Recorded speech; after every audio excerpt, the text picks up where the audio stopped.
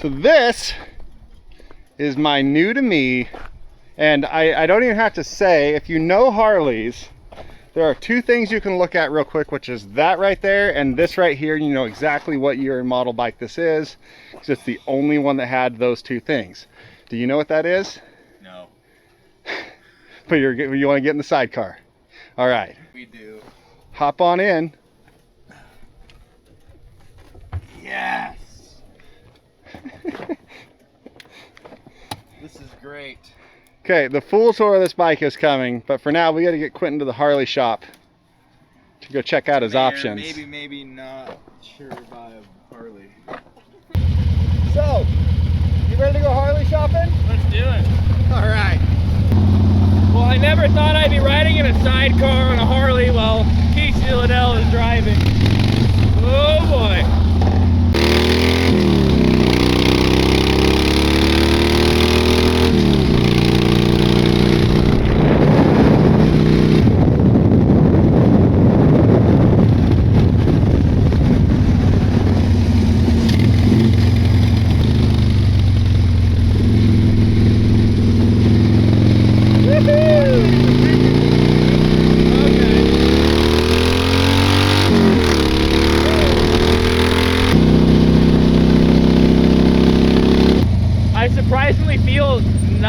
Not unsafe in this thing. I feel okay. I feel like it feels super sketchy sitting down there. No, it doesn't feel bad.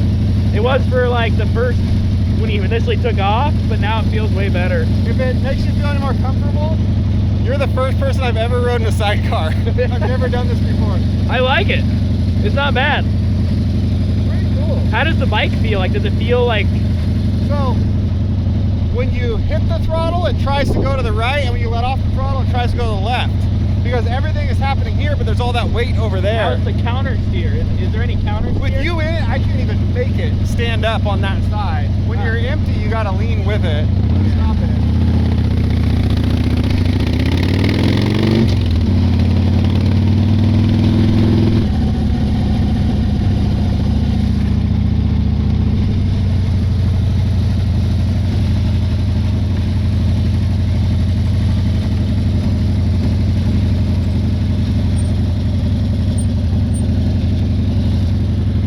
Up is definitely the problem. Yeah, it takes a lot more power, huh? Yeah. Does the bike feel much heavier with it on there? Oh yeah, yeah. But the thing is, like, when you accelerate, you're accelerating from here, but the center of the weight is over there. That's why I'm curious how you turn. And there's no more counter way worse steer. with you in it because there's more weight over there. So now the center of gravity is like way over here, so it's an asymmetric thrust. So when you give it throttle, it tries to do that. When you hit the brake or let off throttle, it tries to do that because you're braking here, but all that there's no brakes on that wheel, so that side's trying to come around you like this. So it once you start to anticipate it, it's fine. But at first, you hit the throttle and it goes like that way. Like, this thing's comfortable. Like, I got nice leg room. It doesn't ride too bad. This though, if you were like a dummy and you just went, oh yeah, that's cool. Yeah. I don't think you'd have any fingers anymore. That wouldn't be good at all. How's getting out of that? Well, I'm scared because it seems kind of fragile. But remember, it's really... this goes out of your leg. Yeah. It's really actually well made. Like, I was scared because I thought it would be like kind of fragile. Look how nice the interior is. Yeah. Oh, it does have a seat belt too if you wanted. Oh. There is a seat belt underneath the seat. Here's my thing though. If you're do you want to be attached to this if something happens? Do you want to be stuck in it, or do you want to just be I'd ejected? rather take my chances over there. Yeah. All right, let's go Harley shopping, and then we'll get back to the tour of this thing. What did you find? The ultimate clothing line that I have been missing since I was a child. No, you got to show the helmet. You see this stuff? That when I go commit petty crimes, no one can see my face. Yes, I love everything that's happening right now. All right, I did it. I didn't buy a bike from here. No, I'm gonna get a cheaper one, but I'm gonna get a Glide. Now you know what you want. That's what I told you. You got to come see what you want. Road Glide. If you want cruise on the road, comfort, long trip, it's the Road Glide. That's what I would get, 100%. I just hope that this is enough to block all. Look at you get taller. See how this one is? So you can get different heights. Oh, look at those ones over there, all taller ones. Yeah, this is a cool bike. Man, our cheap motorcycle challenge turned out to be really expensive. Well, the shirts don't count. Well, the bikes we're gonna buy next do. Yeah. Hey, three-wheel homies. Oh yeah, I guess we are one of them. Yeah. Dang it. You're rolling without the front. Why is it so long? It's for your fat head. So the best thing ever just happened as we were pulling out the driveway with Quinton in the sidecar. His wife took a video of us, and then we got here at the Harley shop, and his dad showed up just to tell us how embarrassing that looked, and then he left. That's what he does. He came all the way down here, told us how ridiculous Quinton looked in the sidecar, and then he left. I do want to try my new sunglasses though. That riding right there tells you all you need to know about what this is. I should take my other shirt off and just wear it. Yes.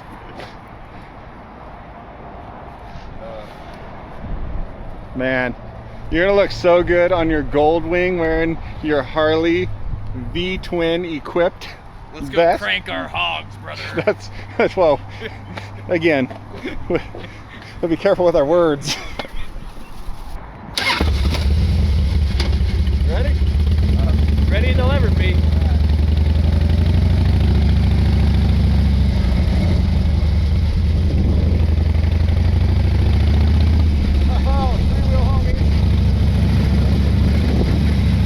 Your wife was so proud of us that she made a video.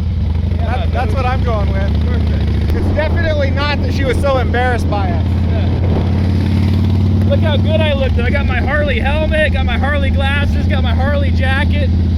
On a Harley. And we're in a Harley. Yeah, you're in a Harley. You're cranking that hog.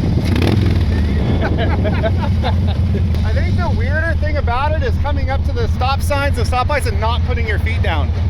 Oh, very odd. I keep instinctively wanting to like start reaching out with my feet and then realizing, no, you don't do that. How are the brakes? Oh, great. Really good brakes.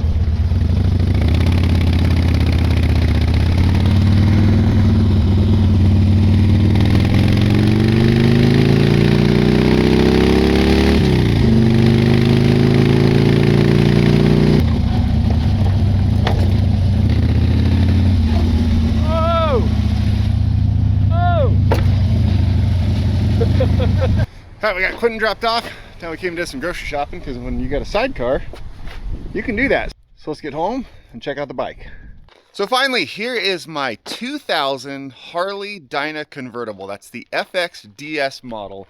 And like I said, these bags right here tell you it's convertible. These are, if you know Harleys, these are a very sought after saddlebag set. They are a Harley factory quick detach saddlebag that only the Dyna Convertible got. And the other thing I said tells you all about this bike is this writing right here. That cursive script was a 1 year only paint scheme, and only 2 models in that year got it, and that was the Dyna Convertible right here and the Dyna Lowrider. So if you see a bike that has this cursive with this pinstripe paint scheme on it, and it's factory paint, it is one of only 2 bikes, and it's the 2000 Dyna Convertible and the 2000 Dyna Lowrider. Now, like I said, these are a factory quick detach saddlebag, and how that works, you just come back here, loosen up that thumb screw, you grab your handle on the top right here, and you pull up and forward, and your bag comes off. Now you got your little suitcase, take it to the hotel, take it in the house with you, do whatever you want.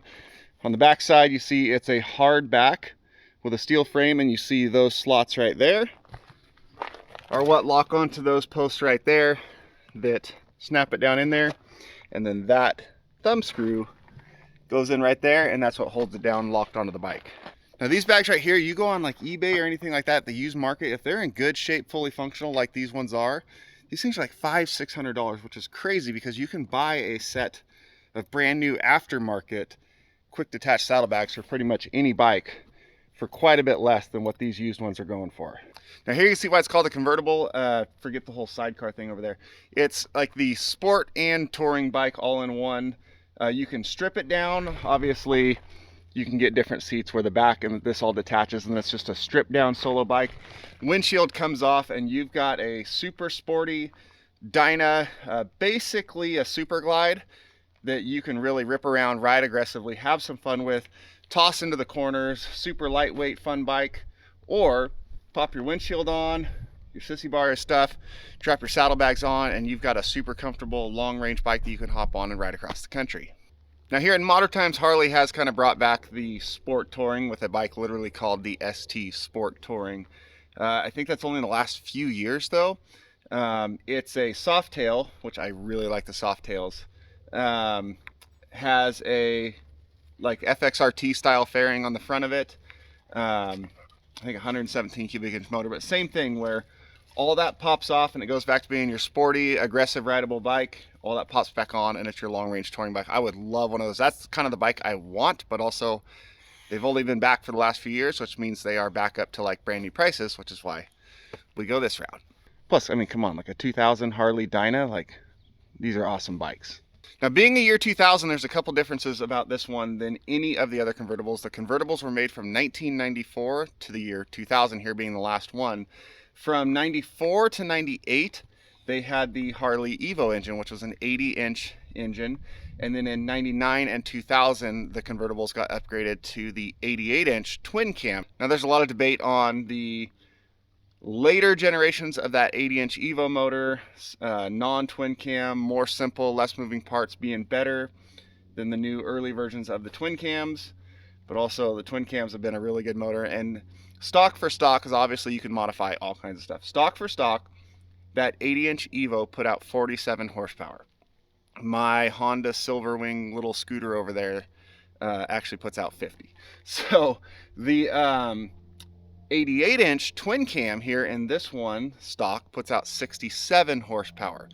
So sure, that was the last of the 80-inch Evos, late in the production run, all the bugs worked out of them, everything. 47 horsepower. Yes, this is an early in the production run 88-inch twin cam, but 67 horsepower. Now, you're talking in that whole 50, 60 horsepower range. A 20 horsepower jump is massive. So I prefer the 88-inch twin cam. This motor lasted a long time, was out for in a whole lot of different bikes all across the spectrum for many years. So it's a well-proven motor in itself. This one has been upgraded from the stock carburetor to a Mikuni carb, which was a pretty common thing for people to do, a pretty good upgrade. It does have 5-speed transmission, as you can see right here.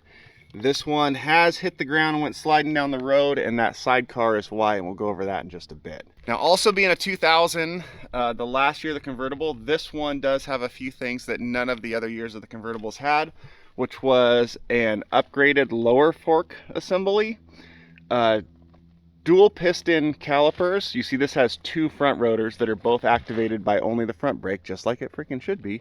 And then your back brake runs the rear separately. But all the calipers, there's 3 brake calipers, they're all dual piston calipers, which was only on the year 2000 convertible. Like I said, these fork lowers are upgraded, and then it has a much beefier, bigger swing arm in the back. So the 2000 convertible is the more sought after of probably all the years due to being like a beefier suspension brake setup, the 1 year only paint, and the much bigger, more powerful engine. Now this one does have a mid control setup, this being a little ground down, as you can see. You see that, Rusty? Yeah, right there. Again, that goes with it being laid down on its side here. And it has the forward highway pegs. I prefer my favorite combination. Rusty, you're totally in the shot, bud, but that's okay because people like to look at you. My preference is forward controls with a forward floorboard that are slightly slanted up here. It's of all the different bikes I've ridden, that's the combination I like the best. Again, being 6'4", I like my legs out there a little bit farther. So probably something I'll do to this is move these up to a forward control up here and put that forward floorboard on it. It goes right into that bracket right here. And that's the most comfortable for me. It gives you a lot of options of where you can place your foot, move your foot back and forth, keeps your controls up here for, again, me being 6'4", where it's comfortable out in front of me a bit. So probably will make that upgrade to this bike. Also probably will upgrade the mirrors. I mean, these are fine, but I prefer that rounded rectangle, like more just stock mirrors, what I really prefer on these. I'm not a fan of the look of these, plus I don't also super like the much more limited visibility here on the outside over the more stock factory ones. Like I said, it has a windshield up here. You can remove it, you can throw it back on, whatever you want to do.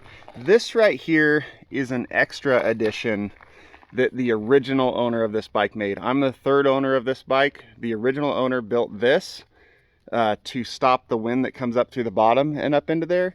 If you notice earlier in the video, this was not on here. Now it is. This is actually a whole different day from earlier in the video that I'm filming this part. When I got home from that with Quinton and going out bike shopping, I threw this on here to go try it out and see what a difference it made. And I gotta say, I didn't really notice any difference. So I have to ride it some more on the highway and see, but didn't seem like there was much of a difference there. And it looks a little old man goofy-ish, so I'm not sure if that's gonna stay. This bike does have a very modest ape hanger-ish type of bar on there. This bike would have come factory with the buckhorn bars, which come over and then curl back and kind of sit more upright like this, and your hands almost sit like here, and you twist this way for the throttle and the brake and stuff. And I'm very glad it has this setup on it. It's a very comfortable set of bars for me, which makes a lot of sense since the guy I bought this bike from, the original owner bought it brand new. The guy I bought it from bought it about 8 years ago, had it for about 8 years, and now I have it. But the guy I bought it from who put these bars on here was the exact same height I am, so it makes sense that it has a very comfortable set of bars for my height on it. Now, I've had the big old ape hangers, I've had the sportier down low bars, I've had all of that. These right here, just a nice, comfortable, straight out ahead, just below shoulder height bar. Hands, arms not getting numb, you're not having to stop and shake it off as you're going, everything. This is a very, very nice, comfortable, long range set of bars for like my height. On the Dyna, like I said, it's made to be a much more sporty, aggressive ridden bike. So your two main gauges that you'll ever need to see are put right up here, right front in your view. So it's just a quick glance down, speed, tack, right back up. Your main important lights like your turn signals, high beams, neutral light, oil, stuff like that is all right here under those. So you don't have to be like looking down here at like where a lot of them have the big gauges down here on the tank. You don't have to look way down to see everything. You can just quick glance down, see it, you're right back to your riding. Much better setup for like a more aggressive ridden bike like this. This one has a nice 2-up seat on it. It is very comfortable for me. I have to see how my wife likes this part. The sissy bar, I definitely want to get a little bit taller of a sissy bar, not crazy huge. Just bring this up another, I don't know, 6 inches or so. I think it would make it a lot more comfortable for my wife on the back, but that's easy. It's just these 2 bolts on each side. Pop this out, pop a new one in, bolt this same backrest right back to the new one. This one does have the luggage rack on the back, which is really handy because I like to ride and I like to ride far, and being able to bring some stuff with you is really handy. So I don't know, I have to look into more on the Dyna Convertible if you can retain these factory quick release bags and also get a quick release sissy bar setup. I'm not sure, but I probably will upgrade this thing to all LED turn signals front and back with the matching sidecar as well, because you have your turn signals, brake lights, everything here. You also have them over here on the sidecar that work as well. That is what that plug there is for. You see there's the quick detach there for removing the sidecar. But do match, because these are a different turn signal than those, so do a matching LED all the way across, I think would look really good, especially since this has a front turn signal on it as well over here. Match everything up front and back with all LEDs, I think would be a really good thing to do. One, for looks. Two, a brighter, more noticeable light for a turn signal and brake lights on a Harley is always a good idea. Now the sidecar, I don't know what brand of sidecar this is. I don't think it's a Harley factory sidecar. I believe it's an aftermarket one, but I don't know. It is detachable by 4 bolts, which would be this one, that one, and then that one there at the top of the shock tower. Undo those 4 bolts, undo that one plug, sidecar's off. The only problem there is it leaves this lower cross member front and rear on, and the guy I bought this bike from warned me that if you want to go just cruise around easy, everything, not get aggressive, sure, pop the sidecar off with those 4 bolts. Takes 5-10 minutes at most, and go for a ride. If you want to get aggressive and really rip this thing around, unbolt the cross members as well, which is just with these 4 bolts right here, and then there's a couple more bolts in the back, and take those lower cross members off. And this is exactly why. You could see this one right here is gouged up and ground down at the bottom because it sticks down there and it'll be the first thing to hit the ground when you lean in a turn. He had popped the sidecar off, was ripping around riding, got leaned over and dug this in, and that when that hit and dug in, lifted the back tire up, bike spun out, and you could see where it slid pretty good down the road. That's why it has new grips on it and a new lever on this side. This folded up, you can see it's got that there, but this shifter one, you can see it ground the end of it off there. Nothing bad, nothing major. He said that's the one time this bike had been down. He was kind of talking like it was a big deal that the bike went down once, and I kind of thought, well, every single bike I've owned has been down multiple times, because when you're having fun, you know, that's just what'll happen. I've had one really bad major total the bike, total my body wreck on a Harley. I've had a lot of slide outs, hit the ground, the stuff you hop back up from, replace some levers, some bars maybe, you know, stuff like that, whatever, and keep riding. A lot of like hot rodding around, you know, having some fun and parking lot or around property and stuff, and like sliding out, doing burnouts and drifts and stuff, and dump it over. And it's all part of fun. I've done that a lot of times. So when he was talking, it's kind of like it was a big deal and a big negative. This bike has been down. My thought was like, only once? So all good. I'm not going to worry about changing that or changing out the scrape stuff. That's part of this bike's character now. Oh yeah, we were talking about the sidecar. So yes, sidecar is detachable. That setup could probably be fit to a lot of different Harleys, because those mounting bracket positions down there are the same on most Harleys. You can see on this side how low and out there, because this is where it would stay. And then look in the back down there, that hangs down super low and out there. It'd be really easy to hit if you were getting sporty with it. So that's why he recommends taking those off when you take the sidecar off. Now sidecar, pretty beefy frame. I'm kind of surprised, but then I also have been looking into sidecars, because I gotta say, I'm not a sidecar guy. I've been riding around a bit with it, testing it out, learning the sidecar, and the part you think would be the weirdest thing about the sidecar, the biggest difference in how you ride, which is the tippiness in the turns, is not. There's a whole nother thing of riding sidecars that makes them handle very, very different. That is not anything you'd ever think about until you twist the throttle on one of these things. But beefy frame on it, and what, like I said, I was kind of told is a little bit heavier sidecar is better, because it helps hold it down on this side. So what do you think? Do you want to ride in the sidecar? Hey, load up. Come on. Load up. Come on. Yeah, you can do it. It's okay. Come on. No, yeah, I wouldn't either. So as you see, obviously, the windshield folds down to make getting in and out of the sidecar real easy. The upholstery in this thing, super nice. And it goes way up there. Like I sit in it, I can almost stretch my legs out completely. It doesn't look like you'd be able to, but it's actually surprising how much room is in there. Quinton was completely comfortable and stretched out. Load up, go ahead, load up. There you go. What do you think? Sit down. What do you think? I think as soon as I started that bike, you're gonna bail. I think that's what's gonna happen, huh? You look comfy in it though. I think this could work. Look we could put this up. Oh, that's kind of in your face. Oh, gone. I knew it. That's okay. You don't have to. But yeah, very roomy sidecar. Like I said, this folds down to get in, pops up. You can undo these right here, and then this lays down flat, and it has another cover like this that then snaps back into here, and these snaps down around here all the way in the back, and then covers this whole thing into like a waterproof rain cover, so you could use this as storage.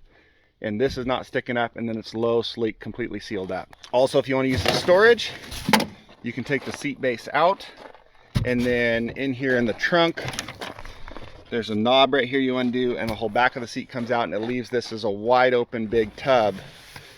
Oh, that's upside down. But a wide open big tub that's pure storage, and then you put that other leather cover on it, and you have just one big huge storage compartment, including this big huge trunk at the back. See, I got a big old tool bag in here, got my backpack, got waters down there, and then on the back here you got a rack you could tie stuff to as well. Also, this is a suspension sidecar. Not all of them are, but this you see right here, here's your hinge, and that's a swing arm, so the actual sidecar itself has its own suspension. So that is my new to me Harley. As you can see, I already took that front lower thing back off. Because I really didn't like the way it looked. And then I just kicked that windshield a lot more forward, which should help direct a little over my tall head. So that should help. But yeah, that's super nice bike, in great shape. Just got back from a trip to Sturgis. I didn't. The previous owner just got back from a trip to Sturgis on it. Then went and had an oil change service done, new drive belt put on. Everything checked over, and it's got about 150 miles on it since then, so it's ready for its next road trip. Just a few simple things I want to change. That sissy bar is a big one. LED lights. The main thing that I want to do, but I'm a little undecided on, is an FXRT fairing on here. I would really like to do that. That'd make this thing so much more comfortable on the long trips and long hauls, and I actually really like the look of it. So that's something I'm going to look into.